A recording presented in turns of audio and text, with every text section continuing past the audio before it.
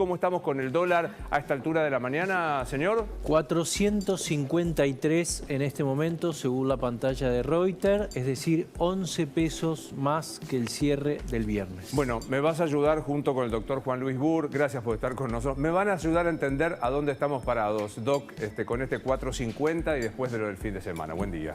Buen día, ¿qué tal?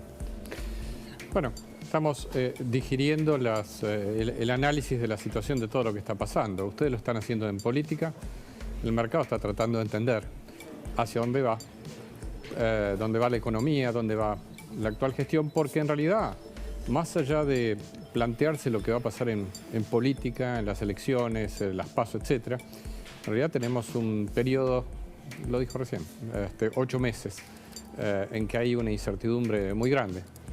Y el punto está ahora marcado porque no hay mucho más que tratar de conseguir plata. Ese es el plan Massa. En ese contexto, en el contexto de los cambios que pueden sobrevenir, la incertidumbre se muestra en forma de una huida del peso. Huida del peso que puede terminar hoy o puede seguir muy fuerte hasta las elecciones, ¿no? Claro. ¿Qué puede pasar con el viernes? El jueves pasado el Central subió la tasa, evidentemente no alcanzó. ¿En algún punto termina siendo inocuo esta herramienta? Lo que está claramente débil es la política del Banco Central, que siempre va por atrás. Digamos, acá hay dos ideas. Una es la de Massa, que todo se resuelve con más plata. Por ejemplo, conseguir 10.000 millones, 12.000 millones adicionales para ponerlos sobre la mesa y con eso bajar la brecha cambiaria. Es decir, jugar contra...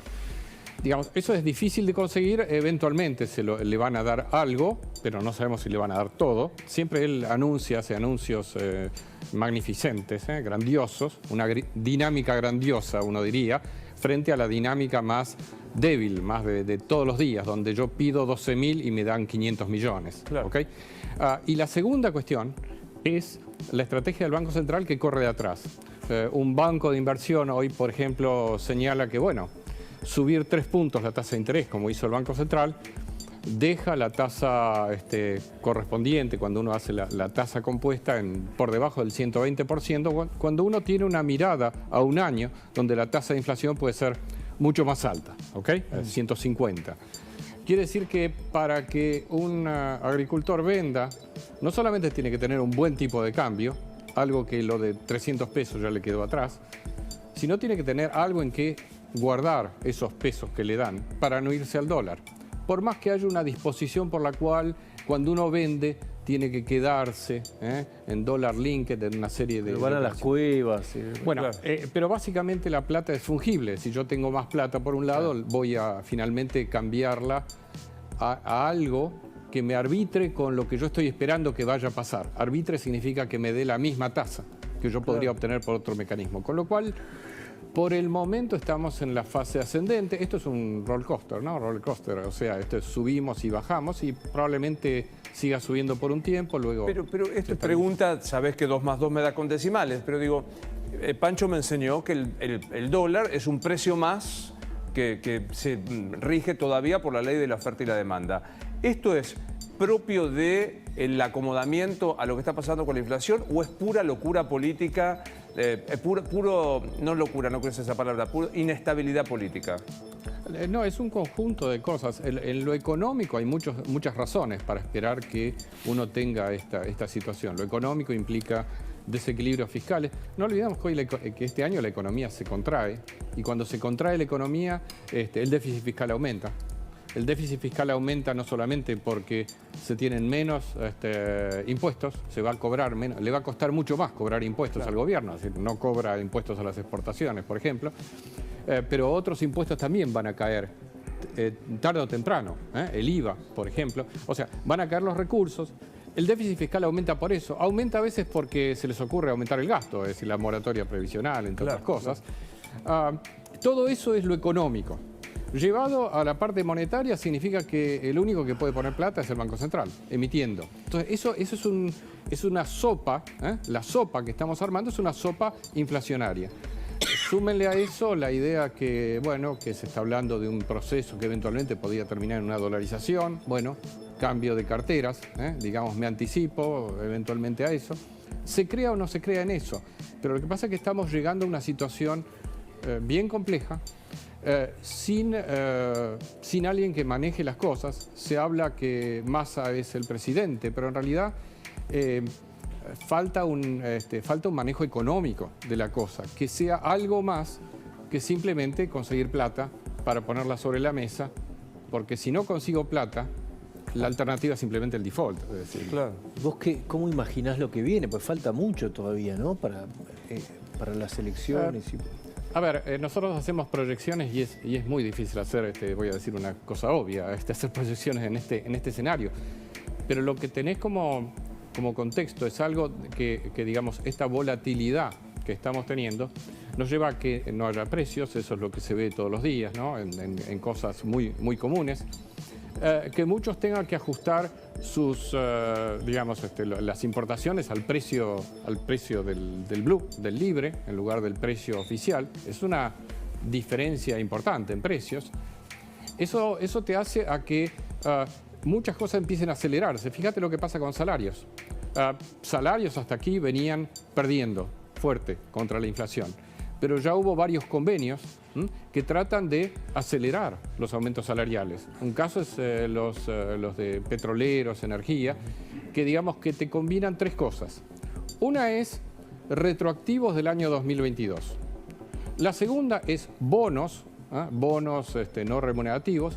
Y la tercera es el aumento mensual de este convenio colectivo. Cuando vos combinás todo eso, pasaste del 60, 70, 80% de interés anual que tenían al 100, 120, cosas por el estilo, que te generan que los salarios se meten en el proceso inflacionario. Es decir, ya no son los salarios que van detrás. Algunos salarios, está el caso de los petroleros, está el caso de, digamos, de los bancarios, se empieza a pasar con algunos sectores del comercio, y algunos sectores industriales empiezan a meterse en el proceso inflacionario.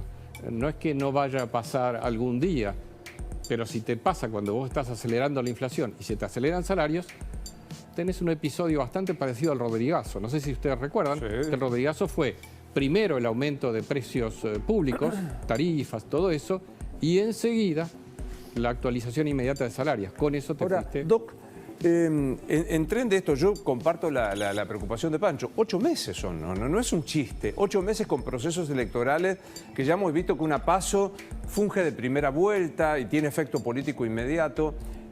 Los otros días escuchaba un economista, Martín Tetaz, para decirlo con todas las letras, que decía: Alberto podría nombrar a un presidente y un directorio totalmente independiente del Banco Central, el Banco Central no emitir más y ver, digamos, serviría. ¿Qué puede hacer Alberto? ¿Qué herramientas tiene Alberto Fernández? Me imagino que tiene que nombrar también un ministro de Economía. Perdón. Digamos, Ahora no me basta quedo más con nombrar tranquilo. un ministro... Bueno, discúlpame. No, pero, te lo digo digamos, irónicamente. Tenés que nombrar un ministro de Economía que hable de economía. Es decir, alguien que no piense que todo lo va a obtener, digamos, de la galera.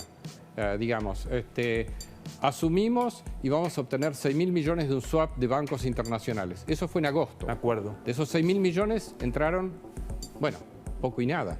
Digamos, lo que conseguimos fueron pequeños aportes. De pronto apareció el Fondo de Arabia Saudita, digamos, 500 millones, cosas por el estilo. Algo de plata del BID, de la CAF, del Banco Mundial. Todo eso ya está, no vayas a rascar mucho más. Puede ser que consigas 500 millones, cosas por el estilo. Necesitas algo que sea, alguien que no sea un mago, alguien que gestione la política económica de aquí. No hay que ir muy lejos.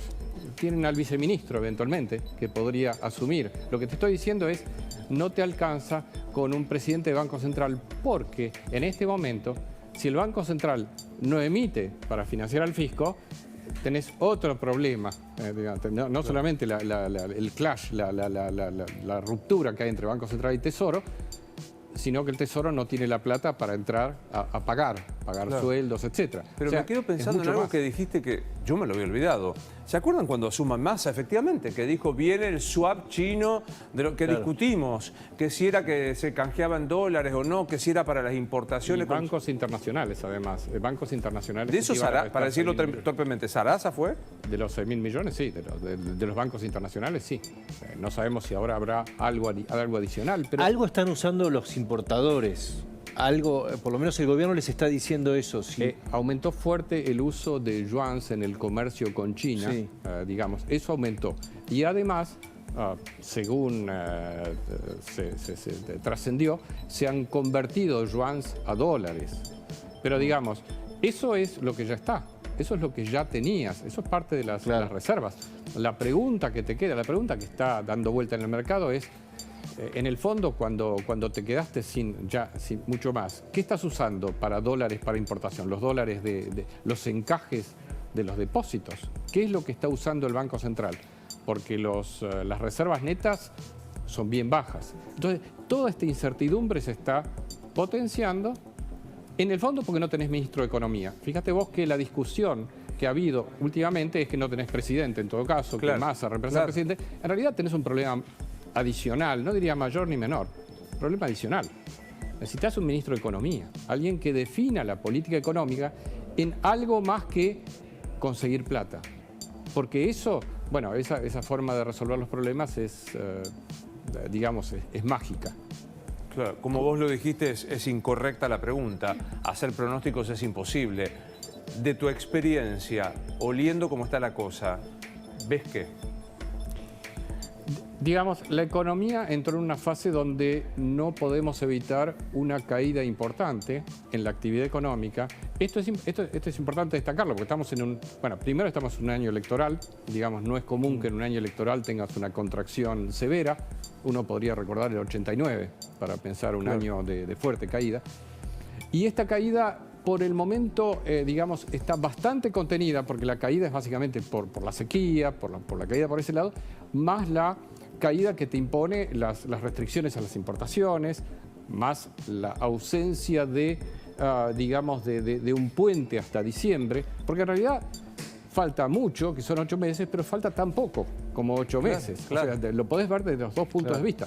Es tan poco porque vos podrías decir, bueno, en algún momento hay algo diferente y entonces, tenés que transcurrir estos 8 meses para llegar y hacer un cambio. Pero lo que pasa es que el deterioro diario, semanal, estoy diciendo una obviedad que todo el mundo conoce, que entiende, este deterioro me lleva a que haya caída importante ¿de qué? Del consumo, el consumo privado, básicamente. En la economía te importa mucho eso.